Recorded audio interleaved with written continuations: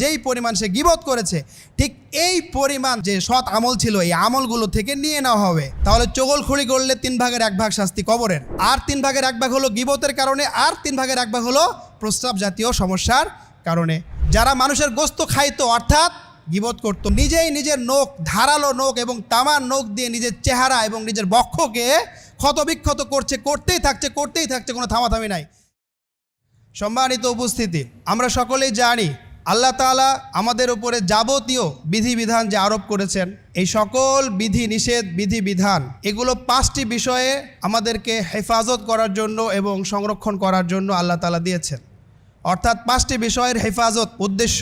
যত ইসলামের বিধি নিষেধ রয়েছে, আল্লাহ তাআলার আদেশ রয়েছে, নিষেধ রয়েছে, এই সবগুলোর মূলে রয়েছে 5টি বিষয়ের হেফাজত। 1 নম্বর হচ্ছে হিফজুদ্দিন অর্থাৎ দিনের হেফাজত। 2 নম্বর হচ্ছে হিফজুন নাফস, জানের হেফাজত। 3 নম্বর হচ্ছে হিফজুল আকল অর্থাৎ আমাদের বিবেক বুদ্ধির হেফাজত। 4 নম্বর হচ্ছে হিফজুল মাল, আমাদের সম্পদের হেফাজত। 5 নম্বর হচ্ছে হিফজুল ইরজ, আমাদের ইজ্জত এবং সম্মানের হেফাজত। এই 5টি বিষয়ের হেফাজতকে সামনে রেখেই ইসলামের যাবতীয় বিধিবিধান আরোপিত হয়েছে আমাদের উপরে। এই 5টি বিষয়ের মধ্যে আজকে আমাদের আলোচনার বিষয় হলো হিফজুল ইরজ অর্থাৎ মান সম্মান এবং ইজ্জতের হেফাজত। তো আল্লাহ তাআলা আমাদের মান সম্মান, আমাদের ইজ্জত হেফাজতের জন্য অনেকগুলো বিষয় নিষেধ করেছেন, হারাম করেছেন। তার মধ্যে অন্যতম একটি বিষয় হচ্ছে গীবত। তো গীবতকে আল্লাহ তাআলা হারাম করেছেন যাতে করে আমাদের ইজ্জত এবং সম্মান হেফাজতে থাকে। তো সেই গীবত সম্পর্কে আজকে ইনশাআল্লাহ আমরা আলোচনা করব। গীবতের পরিচিতি, ভয়াবহতা, পরিণতি এবং সর্বশেষ যারা গীবত করে ফেলেছি এর কাফারা কি হবে, ইনশাআল্লাহ এই বিষয়ে আমরা আলোচনা করব। আল্লাহু হুয়াল মুওয়াফিক ওয়াল মুঈন। প্রথমেই আমরা যে বিষয়টা জানবো সেটা হচ্ছে গীবতের পরিচয়। আমরা দেখি আমাদের সমাজে গীবতের সংজ্ঞা নিয়ে নানা রকম কথা প্রচলিত আছে। কেউ বলে বাস্তবসম্মত ত্রুটি বর্ণনা করলে গীবত হয় না, আবার কেউ বলে যে উচিত কথা বললে গীবত হয় না, আবার কেউ বলে যে যদি উদ্দেশ্য ভালো থাকে তাহলেও গীবত হয় না, ইত্যাদি বিভিন্ন রকম কথা প্রচলিত আছে। তো এই জন্য আমরা আজকে জানবো যে গীবতের প্রকৃত সংজ্ঞাটা কি, আসলে গীবত কাকে বলে। আমরা যদি রাসূলুল্লাহ সাল্লাল্লাহু আলাইহি ওয়াসাল্লামের হাদিসের দিকে তাকাই তাহলে রাসূলুল্লাহ সাল্লাল্লাহু আলাইহি ওয়াসাল্লাম তিনি গীবতের সংজ্ঞা বলে গিয়েছেন, সুতরাং এত বিভ্রান্তির কিছু নেই। সহিহ মুসলিমে একটি হাদিস বর্ণিত হয়েছে। এই হাদিসটি বর্ণনা করেছেন বিশিষ্ট সাহাবী আবু হুরায়রা রাদিয়াল্লাহু তাআলা আন। তিনি বলছেন যে একবার রাসূলুল্লাহ সাল্লাল্লাহু আলাইহি ওয়াসাল্লাম তিনি আমাদেরকে জিজ্ঞাসা করলেন, আতাদরুনা মাল গীবাহ, তোমরা কি জানো গীবত কাকে বলে? তখন সাহাবায়ে কেরাম উত্তর দিলেন, আল্লাহু ওয়া রাসূলুহু আ'লাম, আল্লাহ এবং আল্লাহর রাসূল ভালো জানেন। তখন রাসূলুল্লাহ সাল্লাল্লাহু আলাইহি ওয়াসাল্লাম বললেন, যিকরুকা আখাকা বিমা ইয়াকরাহু, গীবতের সংজ্ঞা হলো এই যে তুমি তোমার মুসলিম ভাইয়ের আলোচনা করবে এমন কোনো বিষয় যেই বিষয়ে আলোচিত হওয়াকে সে অপছন্দ করে। যে কোনো বিষয় যেই বিষয়ে আলোচিত হওয়াকে তোমার মুসলিম ভাই অপছন্দ করে এমন বিষয়ে যদি তার আলোচনা করো, চর্চা করো, তাহলে এটাই হবে গীবত। তাহলে এই হাদিসের মধ্যে রাসূলুল্লাহ সাল্লাল্লাহু আলাইহি ওয়াসাল্লাম গীবতের পরিচয় দিয়ে দিলেন যে গীবত ব্যাপক একটি বিষয়। যে কোনো বিষয়, কথার মাধ্যমে হোক, স্পষ্ট কথা অথবা ইঙ্গিতপূর্ণ কথা, অথবা কোনো কাজের মাধ্যমে অর্থাৎ অভিনয়ের মাধ্যমে, অঙ্গভঙ্গির মাধ্যমেও যদি এমন কোনো বিষয় তুলে ধরা হয় যা আমার মুসলিম ভাই পছন্দ করে না, তাহলে গীবতের অন্তর্ভুক্ত হবে। এমনকি সেই বিষয়টা দ্বীনি বিষয়ে হতে পারে, দুনিয়াবি বিষয়ে হতে পারে, ইত্যাদি, তার সম্পদের বিষয়ে হতে পারে, যত বিষয় হোক, এমন বিষয় যে বিষয়ে আলোচিত হওয়াকে কেউ অপছন্দ করে সেই বিষয়ে যদি আমি তার অনুপস্থিতিতে উল্লেখ করি তাহলে এটা হবে গীবত। এই হাদিসের আলোকে আমরা বুঝতে পারলাম। শুধু তাই নয়, গীবতের বিষয়টা এত ব্যাপক যে এই বিষয়ে আরও 2টি হাদিস আমরা জানবো ইনশাআল্লাহ। আর একটি হাদিস, এই হাদিসটি বর্ণিত হয়েছে সুনান আবি দাউদে।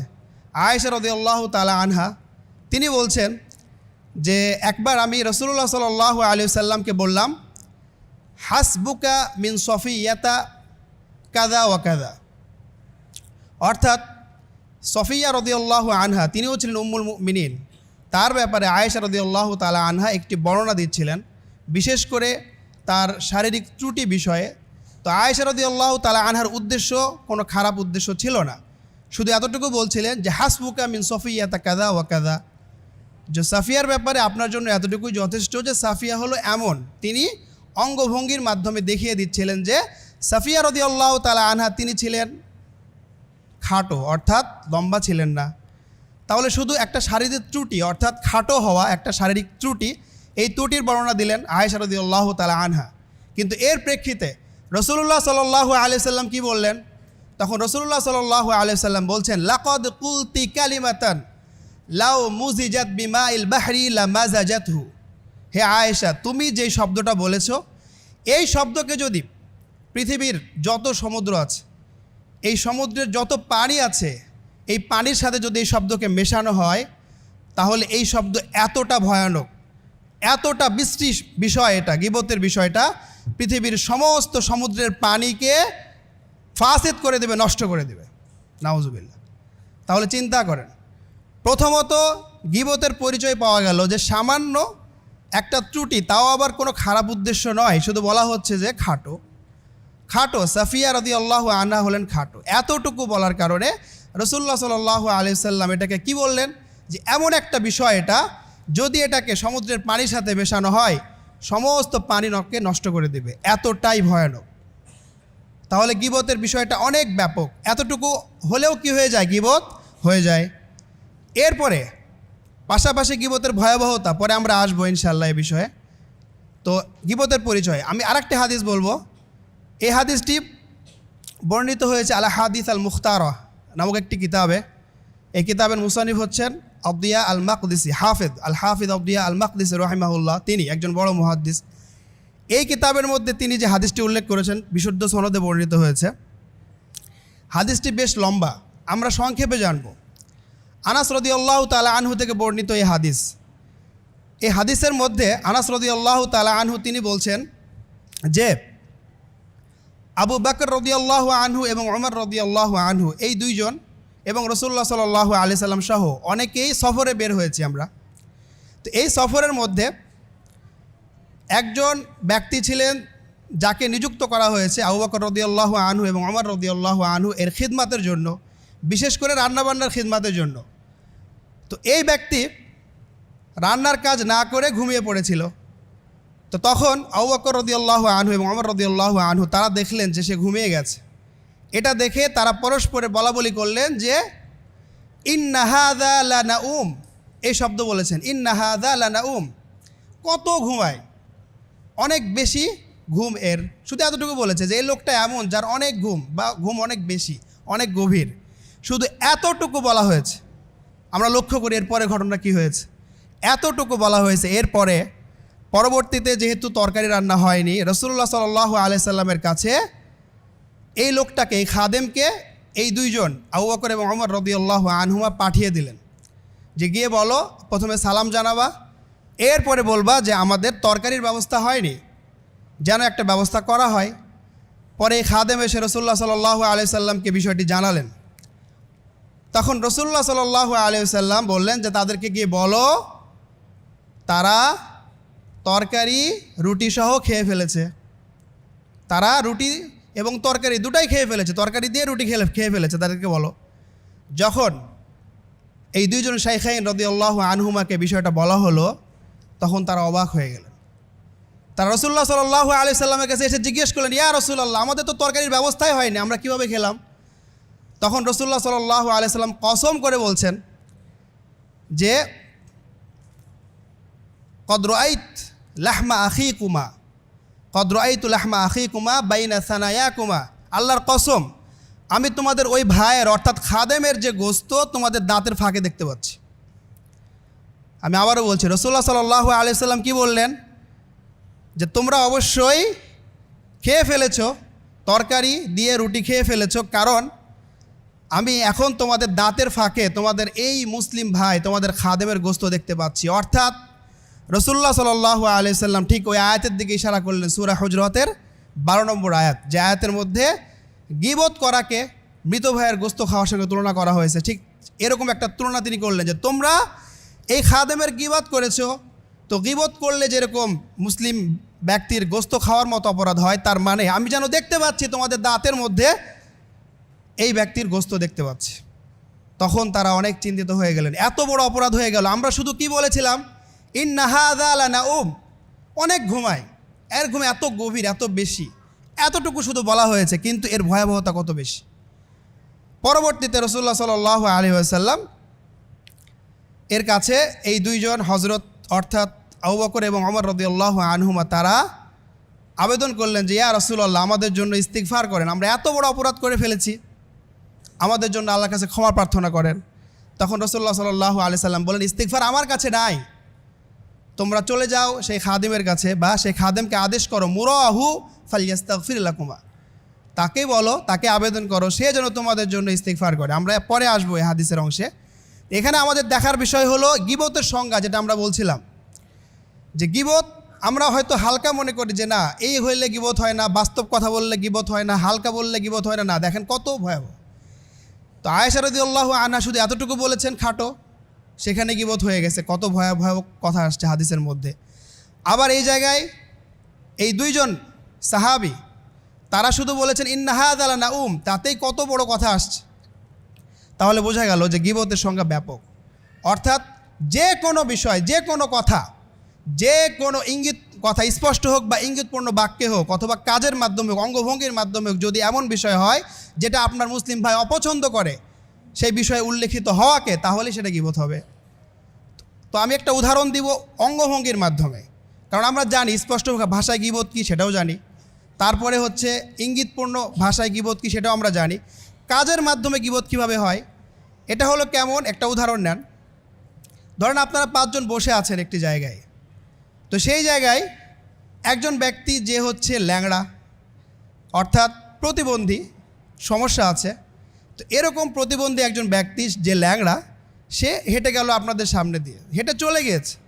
এরপরে আপনাদের মধ্য থেকে কোনো একজন সে দাঁড়িয়ে ঠাট্টা করার জন্য সে যেইভাবে হেঁটে গিয়েছে সেইভাবে অভিনয়ের মাধ্যমে, অঙ্গভঙ্গির মাধ্যমে আপনাদেরকে দেখালো, আপনারা সবাই কী করলেন? হেসে উঠলেন। এটা হলো কাজের মাধ্যমে গীবত, মুখে কিছুই বলেনি, তারপরও কি হবে? এটা গীবতের অন্তর্ভুক্ত হবে। কারণ এই যে প্রতিবন্ধী ব্যক্তি সে এই বিষয়কে পছন্দ করবে না যে তার হাঁটার ভঙ্গি নিয়ে কেউ বিদ্রূপ করবে, কেউ ঠাট্টা করবে, কেউ অভিনয় করে দেখাবে, এটা সে পছন্দ করবে না। সুতরাং যে কোনো কথা বলা বা যে কোনো কাজ করার আগে আমাদেরকে ভেবে দেখতে হবে যে এটা ভালো নাকি খারাপ। যদি ভালো বিষয় হয়, বিশেষ করে অন্যের ব্যাপারে কোনো কথা বলার সময় প্রথমে ভাবতে হবে এটা ভালো না খারাপ বলছি। যদি ইতিবাচক হয় তাহলে বলবো, আর যদি এটা নেতিবাচক হয়, ভালো কোনো বিষয় না হয়, এবং অন্তত এটা ভাবতে পারি যে আমি এই বিষয়ে বলছি, যদি সে শুনতে পায় তাহলে সে এটাকে পছন্দ করবে না, সে চায় না যে এই বিষয়ে সে আলোচিত হোক, সুতরাং সেই বিষয়ে আমরা কোনো কথাই বলবো না বা কাজের মাধ্যমে কোনো ধরনের অঙ্গভঙ্গির মাধ্যমে গীবত করব না। এই হলো গীবতের পরিচয়ের বিষয়টা বললাম। এরপরে আমরা যে বিষয়ে আলোচনা করব, গীবতের পরিচয় জানার পরে গীবতের ভয়াবহতা, গীবত সম্পর্কে আমরা কিছু নস জানবো কোরআন এবং হাদিস, যে কোরআন এবং হাদিসের মধ্যে গীবতকে কত ভয়াবহ রূপে তুলে ধরা হয়েছে। প্রথমেই সূরা হুজরাতের 12 নম্বর আয়াত, এই আয়াতের মধ্যে আল্লাহ তাআলা কি বলছেন? ইয়া আইয়ুহাল্লাযীনা আমানু ইজতানিবু কাসীরাম মিনায-যন্ন, হে ঈমানদারগণ তোমরা বিরত থাকো অধিক পরিমাণ ধারণা করা থেকে। অধিক পরিমাণ ধারণার কথা আগে বলছেন, কারণ গীবত যেটা হয় এর কিছু ভূমিকা থাকে। তো আল্লাহ তাআলা শুরুতেই এমন কিছু কাজ থেকে নিষেধ করছেন যেগুলো গীবতের জন্য ভূমিকা হয়ে থাকে। প্রথমেই অধিক পরিমাণ ধারণা, কারণ খারাপ ধারণা থেকে গীবতের জন্ম নেয়। তো প্রথমে বলা হলো ইজতানিবু কাসীরাম মিনায-যন্ন, অধিক পরিমাণ ধারণা থেকে বিরত থাকো। কেন? ইন্না বা'দ-যন্নি, কিছু ধারণা এমন হয় যেগুলো গুনাহের পর্যায়ে চলে যায়, কিছু ধারণা এমন হয় যেগুলো গুনাহের পর্যায়ে চলে যায়, এজন্য ধারণা করা যাবে না। ধারণা করলে ভালো ধারণা করতে হবে, সুধারণা রাখতে হবে, কুধারণা রাখা যাবে না। এরপরে আল্লাহ তাআলা বলছেন ওয়ালা তাজাসসাসু, তোমরা একজন মুসলিম ভাই অপর মুসলিম ভাইয়ের দোষ অনুসন্ধান করো না। অর্থাৎ এমন দোষ, যেই দোষ তুমি ছাড়া কেউ জানো না, অথবা বাইরে প্রকাশ্যে করছে না, তুমি চেষ্টায় আছো যে সে কি করছে গোপনে, তার পেছনে লেগে থাকি, তার পেছনে একটু গোয়েন্দাগিরি করি যে আসলে সে কি করছে। এই হলো দোষ অনুসন্ধান।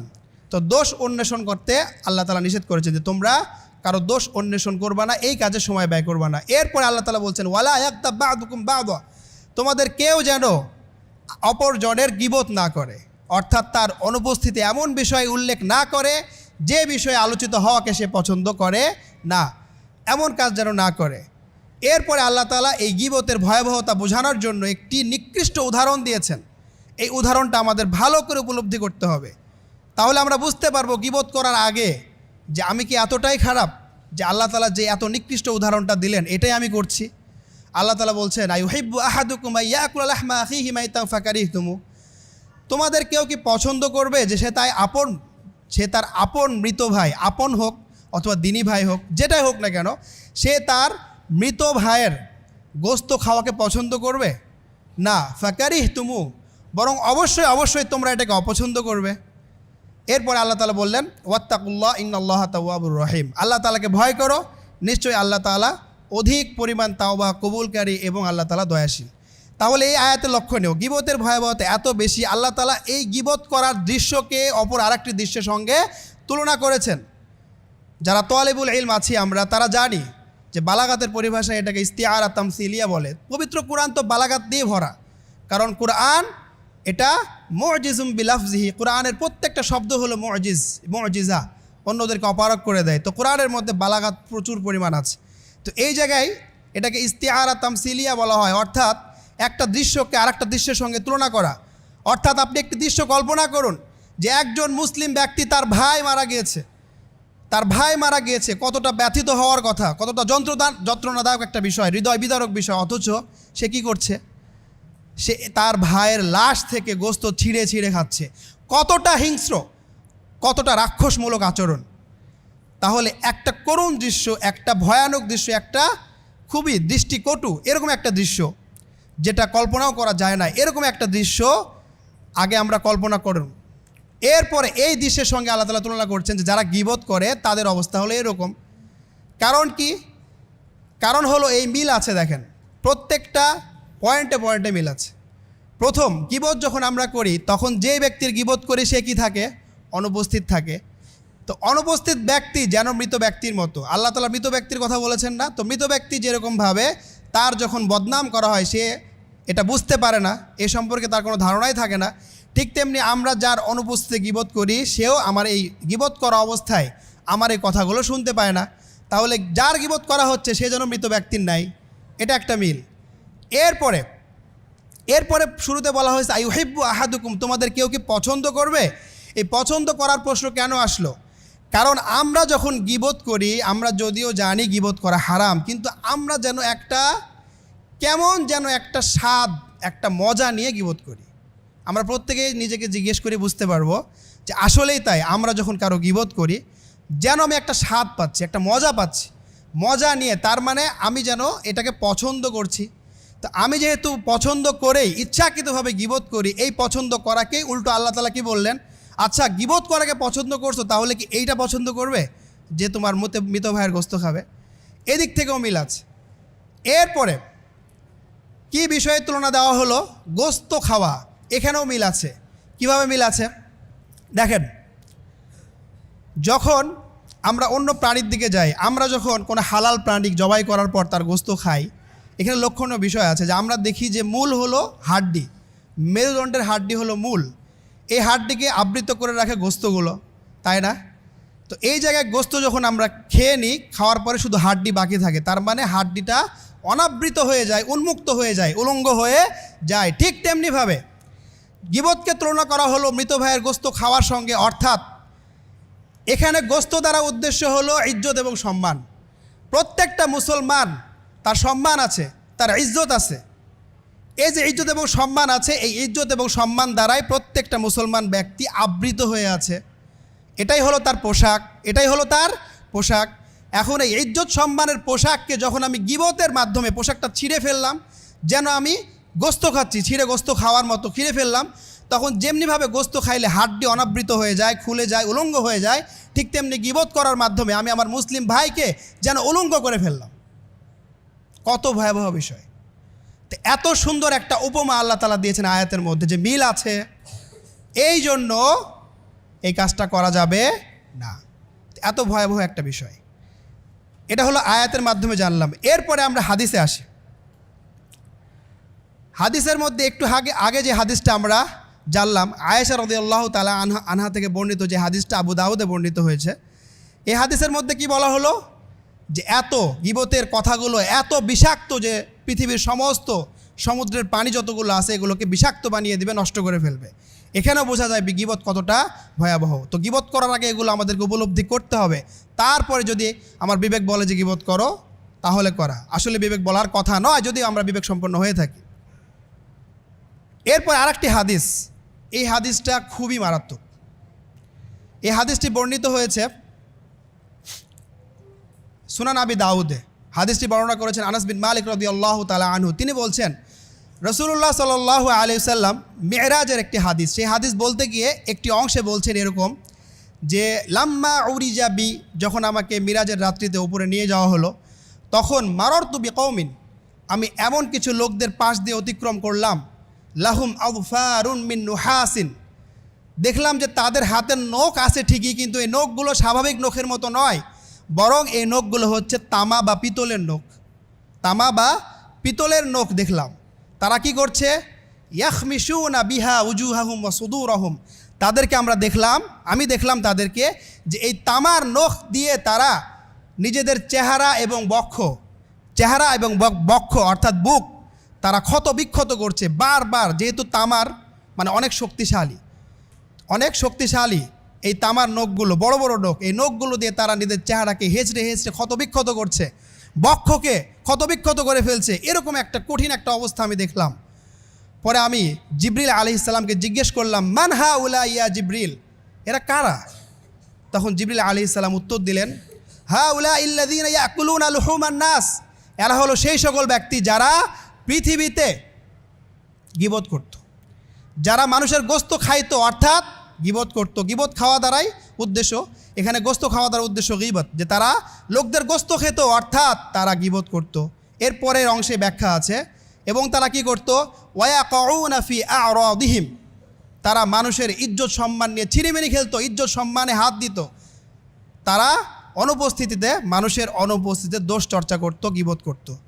তাহলে এই হাদিস থেকে কি বোঝা গেল? গীবতের শাস্তি এত ভয়াবহ যে দেখেন 2 রকম শাস্তি আছে এই হাদিসের মধ্যে। যদি আমরা একটু ভাবি বুঝতে পারবো। একটা হলো শারীরিক শাস্তি, একটা হলো মানসিক শাস্তি। শারীরিক শাস্তি তো বোঝাই যাচ্ছে যে নিজেই নিজের নখ, ধারালো নখ এবং তামার নখ দিয়ে নিজের চেহারা এবং নিজের বক্ষকে ক্ষতবিক্ষত করতেই থাকছে, কোনো থামাথামি নাই। এটা হলো শারীরিক শাস্তি। আর একটা হলো মানসিক শাস্তি। সেটা কিভাবে? দেখেন, যখন একজন মানুষকে অন্য কেউ শাস্তি দেয়, এইটার যে উপলব্ধি, আর একটা হলো নিজেই নিজেকে শাস্তি দেওয়া, এই দুইটার উপলব্ধি কিন্তু সমান নয়, কখনোই সমান নয়। কারণ নিজেই যখন নিজেকে কেউ শাস্তি দেয়, সেখানে আছে সর্বোচ্চ পর্যায়ের, চরম পর্যায়ের অসহায়ত্ব প্রকাশ পায়। একটা মানুষ কখন নিজেকে শাস্তি দেয়? যখন সে উপলব্ধি করে যে পৃথিবীতে আমার চাইতে বড় অসহায় আর কেউ নাই, আমাকে শাস্তি দেওয়ার মতোই কেউ নাই, এতটা অসহায়। তাহলে মানসিক শাস্তি এটা, যার উপলব্ধি হচ্ছে এই যে আমি নিজেই নিজেকে এই পর্যায়ে শাস্তি দিচ্ছি, এটা হলো মানসিক যন্ত্রণা। তাহলে গীবত করার কারণে মানসিক এবং শারীরিক 2 ধরনের ভয়াবহ পর্যায়ের যন্ত্রণা দেওয়া হবে। আল্লাহ তাআলা আমাদের সবাইকে বাঁচার তৌফিক দান করুন, সকলে বলে আমিন। এই হলো ভয়াবহতা সম্পর্কে একটি হাদিস। এরপরে আরেকটি হাদিস আমরা জানবো ভয়াবহতা সম্পর্কে। এই হাদিসটি আল মুআজামুল আওসাত লিত তাবারানীতে আসছে। এই হাদিসের মধ্যে বারা ইবনে আযিব রাদিয়াল্লাহু তাআলা আনহু তিনি বলছেন, রাসূলুল্লাহ সাল্লাল্লাহু আলাইহি সাল্লাম তিনি সুদের ভয়াবহতা বোঝার জন্য বললেন যে সুদ এর পাপ এক বর্ণনা অনুযায়ী প্রায় 73 রকম, আর এই বর্ণনায় আসছে 72 রকম। 72 রকমের পাপ আছে সুদের বিপরীতে।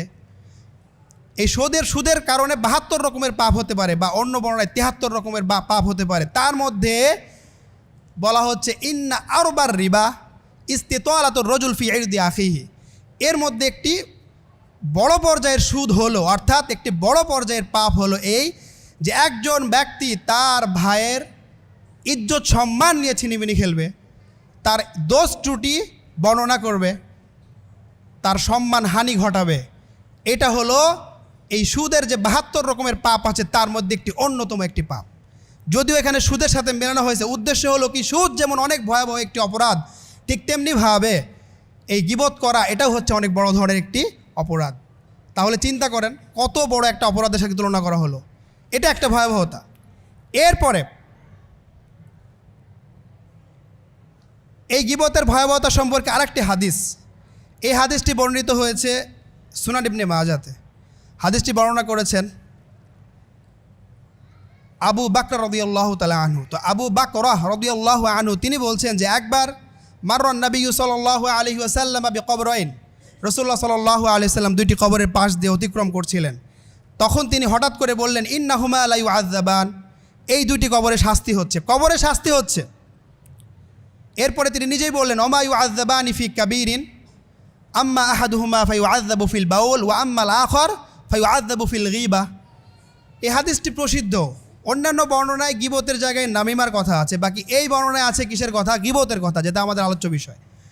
তো রাসূলুল্লাহ সাল্লাল্লাহু আলাইহি সাল্লাম বলছেন এই দুই কবরে শাস্তি হচ্ছে, একটা কবরে শাস্তি হচ্ছে প্রস্রাব জাতীয় সমস্যার কারণে, অর্থাৎ সে প্রস্রাব থেকে বেঁচে থাকতো না, পবিত্রতা ঠিকমতো অর্জন করতো না, এই জন্য পবিত্রতা সংক্রান্ত যত ইবাদত আছে একটাও গ্রহণযোগ্য হয়নি, এই জন্য সে শাস্তি পাচ্ছে। আর একটা হলো কি, গীবত করার কারণে সে শাস্তি পাচ্ছে। তাহলে আমরা কি বুঝলাম?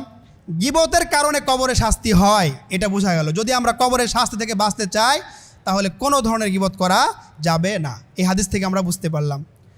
আর একটা বিষয়, এই প্রসঙ্গে ইমাম কতাদা রাহিমাহুল্লাহ একজন বিখ্যাত তাবিঈ, তিনি বলছেন যে কবরের যে শাস্তিগুলো রয়েছে এই শাস্তিগুলোকে যদি আমরা ভাগ করি তাহলে 3 ভাগে ভাগ করা যাবে। কবরের শাস্তিগুলোর 1/3 হলো প্রস্রাব সংক্রান্ত, যেটা আমরা জানলাম, আর আরেক তৃতীয়াংশ শাস্তি হলো গীবতের কারণে হয়ে থাকে, যেটা আমাদের আলোচ্য বিষয়, এবং আরেক তৃতীয়াংশ শাস্তি এটা হয়ে থাকে নামিমা, যেটা অন্য বর্ণনায় আসছে, অর্থাৎ চগলখুরি। তাহলে চগলখুরি করলে 3 ভাগের 1 ভাগ শাস্তি কবরের, আর 3 ভাগের 1 ভাগ হলো গীবতের কারণে, আর 3 ভাগের 1 ভাগ হলো প্রস্রাব জাতীয় সমস্যার কারণে। তাহলে আমরা দেখলাম যে এইখানেও কবরের আযাবের 3 ভাগের 1 ভাগ শাস্তি হচ্ছে গীবতের কারণে। তাহলে গীবতের ভয়াবহতা এবং পরিণতি কত বেশি! আল্লাহ তাআলা আমাদেরকে উপলব্ধি করার তৌফিক দান করুন, আমিন। এরপরে সর্বশেষ গীবতের ভয়াবহতা সংক্রান্ত যে হাদিসটা আমরা শুরুতে পড়েছি এটা জানব। এই হাদিসটি সহিহ বুখারীতে আসছে, আবু হুরায়রা রাদিয়াল্লাহু তাআলা আনহু থেকে বর্ণিত। তিনি বলছেন রাসূলুল্লাহ সাল্লাল্লাহু আলাইহি সাল্লাম বলেছেন, মান কানাত লাহু মাযলিমাতুন লি আহাদিম মিন ইরদিহি আও শাই, যদি কোনো ব্যক্তির কাছে মাযলিমা থাকে তার মানে হলো এই ব্যক্তি অন্য কারো হক নষ্ট করেছে। এই হকটা তার ইজ্জত সম্মান জাতীয় হোক অথবা অন্য কোনো বিষয়ে হোক, অর্থাৎ সম্পদ বা ইত্যাদি। তো যে কোনো বিষয়ে কোনো ব্যক্তি যদি হক নষ্ট করে, তো আমাদের দেখার বিষয় হলো হাদিসের মধ্যে শব্দ আসছে লি আহাদিম মিন ইরদিহি, মানে সম্মান জাতীয়, সম্মানহানি ঘটানো জাতীয় কারো কাছে যদি মাজলিমা থাকে, অর্থাৎ সে অন্যের হক নষ্ট করেছে, অর্থাৎ তার সম্মান নষ্ট করেছে, তার সম্মান নিয়ে ছিনিমিনি খেলেছে, এরকম যদি অপরাধ করে থাকে তাহলে তার জন্য উচিত হলো ফালইয়াতাহাল্লাল মিনহুল ইয়াউম, আজকে যেন সে এই বিষয়ে সমাধান করে ফেলে, তার কাছে গিয়ে ক্ষমা চায় ইত্যাদি। এটা আমরা আসবো পরে। বলছে এটা যেন করে কবলা আল্লাহ ইয়াকুনা দিনারুন ওয়ালা দিরহামুন, ওই দিন আসার আগে, যেই দিনে কোনো টাকা পয়সা কাজে আসবে না, অর্থাৎ কিয়ামতের দিন, এর আগে যেন সে সমাধান করে ফেলে। নচেত কী হবে? অন্যথায় যেটা হবে সেটা হলো এই যে যখন আমাদের আমল নামা মাপা হবে সেই সময় দেখা হবে যে এই গীবত যে করলো আর যার গীবত করলো তার মধ্যে একটা বিষয় ঘটবে তখন। সেটা হলো এই, যে গীবত করেছে এবং সে এটা থেকে তাওবা করেনি, এর কাফারা আদায় করেনি, ফলে সে গীবতের শাস্তি পেতে যাচ্ছে, তখন যেই শাস্তিটা আখিরাতে হবে সেটা হলো এই যে ইনকান আলাহু আমালুন সালেহ, যদি তার কোনো ভালো কাজ, অন্যান্য ভালো কাজ থেকে থাকে, তাহলে উখিযা মিনহু বিকদরি মাযলিমাতিহি, যেই পরিমাণ হক নষ্ট করেছে, অর্থাৎ এই বিষয়ে গীবতের বিষয়ে দেখতে হবে যেই পরিমাণ সে গীবত করেছে ঠিক এই পরিমাণ তার যে সৎ আমল ছিল এই আমলগুলো থেকে নিয়ে নেওয়া হবে। নিয়ে কাকে দেওয়া হবে? যেই ব্যক্তির গীবত করেছে সে তার আমল নামায় দিয়ে দেওয়া হবে। তাহলে চিন্তা করেন, এমনিতেই আমাদের সৎ আমল অনেক কম, এর মধ্যেও যদি এরকম নিয়ে নেওয়া হয়, ভাগ হয়ে যায়, তাহলে কতটা কষ্টের বিষয়। তখন আমরা বুঝতে পারবো। এখন তো বুঝতে পারছি না যে কী পরিমাণ ভালো কী পরিমাণ খারাপ, পরিপূর্ণ হিসাবটা আমাদের কাছে নাই। তখন আমরা খুবই অসহায়ত্ব বোধ করবো। এই জন্য আগে থেকে সতর্ক হতে হবে, গীবত একদমই করা যাবে না, হয়ে গেছে তওবা করতে হবে যেন ভবিষ্যতে আর না হয়। তো এই হলো গীবতের ভয়াবহতা, যে আপনার সৎ আমল যা আছে এগুলো সে পেয়ে যাবে যার গীবত আপনি করেছেন। আর যদি সৎ আমলই না থাকে তাহলে কি হবে? উল্টা, যে ব্যক্তির গীবত করা হলো তার যে পাপ কাজ যেগুলো ক্ষমা করা হয়নি বাকি আছে, এইগুলা এসে ওই ব্যক্তির ওপর চাপিয়ে দেওয়া হবে যে ব্যক্তি গীবত করেছে। নাউজুবিল্লাহি মিন যালিক। এত ভয়াবহতা। তো গীবতের ভয়াবহতা সম্পর্কে আমরা যে আয়াত এবং হাদিসগুলো জানলাম, এগুলো আল্লাহ তাআলা আমাদেরকে উপলব্ধি করে বুঝে শুনে গীবত থেকে বাঁচার তৌফিক দান করুন, সকলে বলে আমিন।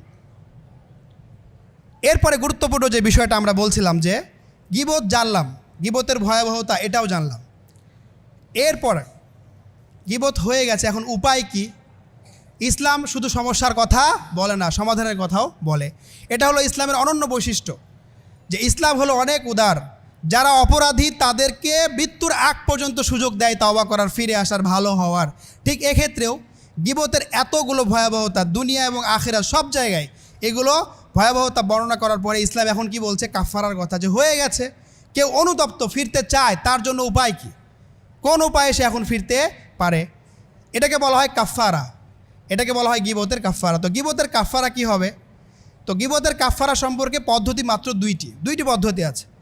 একটা পদ্ধতি হলো যেটা আমরা একটু আগে আবু হুরায়রা রাদিয়াল্লাহু তাআলা আনহুর হাদিস, যে হাদিসটা সহিহ বুখারীতে আছে, আমরা জানলাম এর মাধ্যমে, যেখানে বলা হলো কি ফালইয়াতাহাল্লাল মিনহুল ইয়াউম ক্বাবলা আল্লা ইয়াকুনা দিনার ওয়ালা দিরহাম, অর্থাৎ কিয়ামত আসার আগে, তার মানে মৃত্যুর আগেই সে যেন যার গীবত করেছে তার কাছে গিয়ে বিষয়টা সমাধান করে ফেলে। কিভাবে সমাধান করবে? তার কাছে যাবে, বিষয়টা বলবে, এরপরে তার কাছে ক্ষমা চাইবে, সে যেন ক্ষমা করে দেয়। এই কাজটা করতে হবে।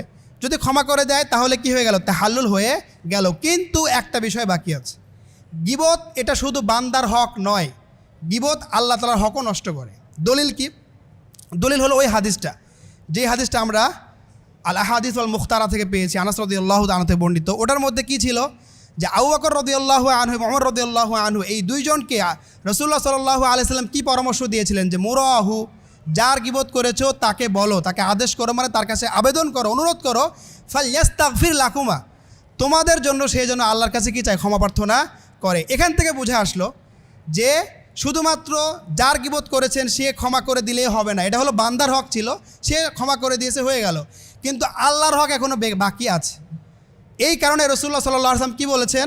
সে যেন তোমাদের জন্য ক্ষমা প্রার্থনা করে। তো আল্লাহর কাছে ক্ষমা প্রার্থনা করবে, কারণ আল্লাহর হকও নষ্ট হয়েছে। কীভাবে নষ্ট হয়েছে? কারণ ওই যে হাদিসটা, যে বিদায় হজের ভাষণে রাসূলুল্লাহ সাল্লাল্লাহু আলাইহি ওয়াসাল্লাম যে সমস্ত বিষয়গুলো হারাম করেছিলেন তার মধ্যে একটা ছিল কি? ইজ্জত সম্মান। ইবনে আব্বাস রাদিয়াল্লাহু আনহুমা থেকে বর্ণিত হাদিসটা সহিহ বুখারীতে আসছে। সেই হাদিসের মধ্যে রাসূলুল্লাহ সাল্লাল্লাহু আলাইহি ওয়াসাল্লাম বলেছেন, ইন্না দিমাআকুম ওয়া আমওয়ালাকুম ওয়া আরাদাকুম হারামুন আলাইকুম, তোমাদের রক্ত হারাম ঘোষণা করলাম, তোমাদের সম্পদ হারাম ঘোষণা করলাম, তোমাদের ইজ্জত সম্মানকেও হারাম ঘোষণা করলাম। কেউ নষ্ট করতে পারবে না, সম্মানহানি ঘটাতে পারবে না, অন্যায্যভাবে কেউ করতে পারবে না। তাহলে এই হাদিসের মাধ্যমে আল্লাহ তাআলা কি করলেন? গীবতের বিধান জানিয়ে দিলেন, আয়াতের মাধ্যমেও জানিয়ে দিলেন যে গীবত করা হলো হারাম, করা যাবে না। তাহলে আল্লাহ তাআলা যেই বিধান নাজিল করেছেন সেই বিধান পালন না করলে কার হক নষ্ট হয়? আল্লাহ তাআলার হক নষ্ট হয়। এই দৃষ্টিকোণ থেকে আল্লাহর হকও নষ্ট হয়েছে। এই জন্য তাওবা আল্লাহর কাছেও করতে হবে, নিজেকে তো ইস্তিগফার করতেই হবে, যার গীবত করা হলো তার কাছেও আবেদন করতে হবে যে ভাই তুমি আমার পক্ষ থেকে আল্লাহর কাছে ইস্তিগফার করো, আল্লাহ যেন আমাকে ক্ষমা করে। এটাই হাদিস থেকে আমরা জানতে পারলাম। এটা হলো একটা কাফফারা। দ্বিতীয় কাফফারা যেটা, এই বিষয়টা কোথায় আসছে?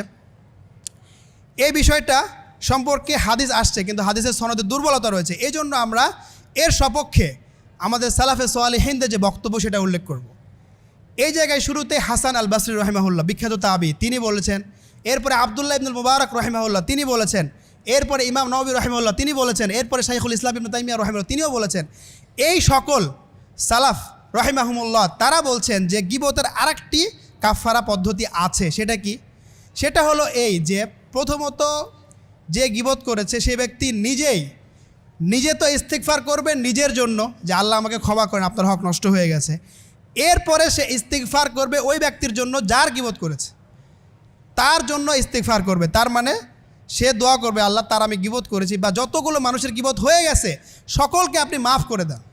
এতে হবে কি? যদি তার দোয়া কবুল হয়ে যায়, আল্লাহ তাদেরকে ক্ষমা করে দেয়, তাহলে ওই যে সমস্যা ছিল কিয়ামতের মাঠে নেক আমল নিয়ে নেওয়া আর কি খারাপ আমল দিয়ে দেওয়া, এটা কি আর প্রয়োজন পড়বে?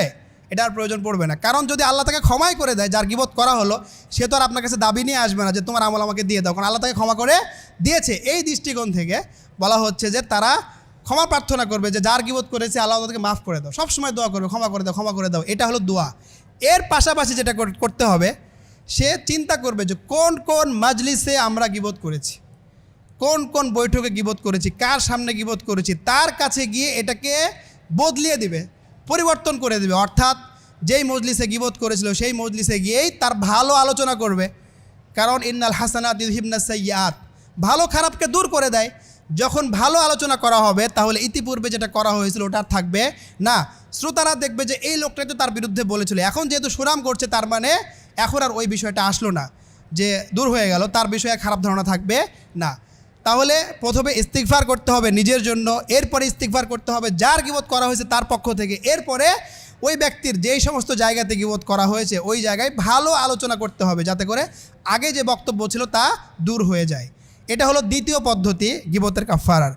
এখন প্রথম পদ্ধতি তো হাদিসের মধ্যে আসছে এবং অনেক ওলামায়ে কেরাম এটাকে উত্তম বলেছেন। বাকি এই প্রথম পদ্ধতির মধ্যে একটু অসঙ্গতি মনে হয়। সেটা কি?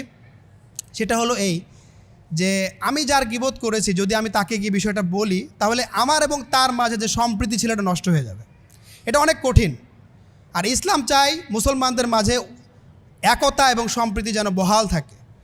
এই দিকে লক্ষ্য করে যাদের নাম বললাম এই সালাফ সালেহিনরা, তারা বলছেন যে এই দ্বিতীয় পদ্ধতি অবলম্বন করা যেতে পারে। অবশ্যই প্রথম পদ্ধতি উত্তম, কারণ এই পদ্ধতিতে কোনো ধরনের দাবি দেওয়া থাকে না। কিন্তু দ্বিতীয় পদ্ধতি এটা এই দিক থেকে ভালো যে এই পদ্ধতিতে ওই লোকটা জানলেও না যে আমি তার অগোচরে গীবত করেছি, আমার এই গুনাহটা মাস্তুর থাকলো, গোপন থাকলো এক। দ্বিতীয়ত আমাদের সম্প্রীতি ভালো থাকলো, সে আর আমাকে এটা মনে করবে না যে এই লোকটা গীবত করে বেড়ায়, এটাও জানবে না। আবার এদিকে তার জন্য ইস্তিগফারও হয়ে গেল, আমি তার ভালো আলোচনাও শুরু করে দিলাম। এই সব মিলে দ্বিতীয় পদ্ধতিকে এই সালাফে সালেহিন যাদের নাম বলা হলো তারা উত্তম বলেছেন এই দৃষ্টিকোণ থেকে। তাহলে আমরা গীবতের কাফারা জানলাম। তো এই হলো বিষয়। এরপরে সর্বশেষ একটা বিষয় আছে, যদিও সময় শেষ এজন্য আজকে আলোচনা হবে না। সেটা ছিল যে 6টা প্রেক্ষাপট ছিল, যে 6টা প্রেক্ষাপটে গীবত ধরা হয় না, অর্থাৎ এই বিষয়ে এই 6টা প্রেক্ষাপটকে গীবতের অন্তর্ভুক্ত ধরা হয়নি, বরং এগুলো জায়েজ আছে। এটা আপনারা জেনে নেবেন, হয়তো আলোচনার সুযোগ হলে কখনো করবো ইনশাল্লাহ, অথবা ওলামায়ে কেরামের কাছ থেকে জেনে নেবেন। এই ছিল আজকে আমাদের আলোচনা। আল্লাহ তাআলা আমাদের সবাইকে আজকের আলোচনা বুঝে শুনে আমল করার তৌফিক দান করুন। সকলেই বলি আল্লাহুম্মা আমিন। ওয়া আখিরু দাওয়ানা আলহামদুলিল্লাহি রাব্বিল আলামিন।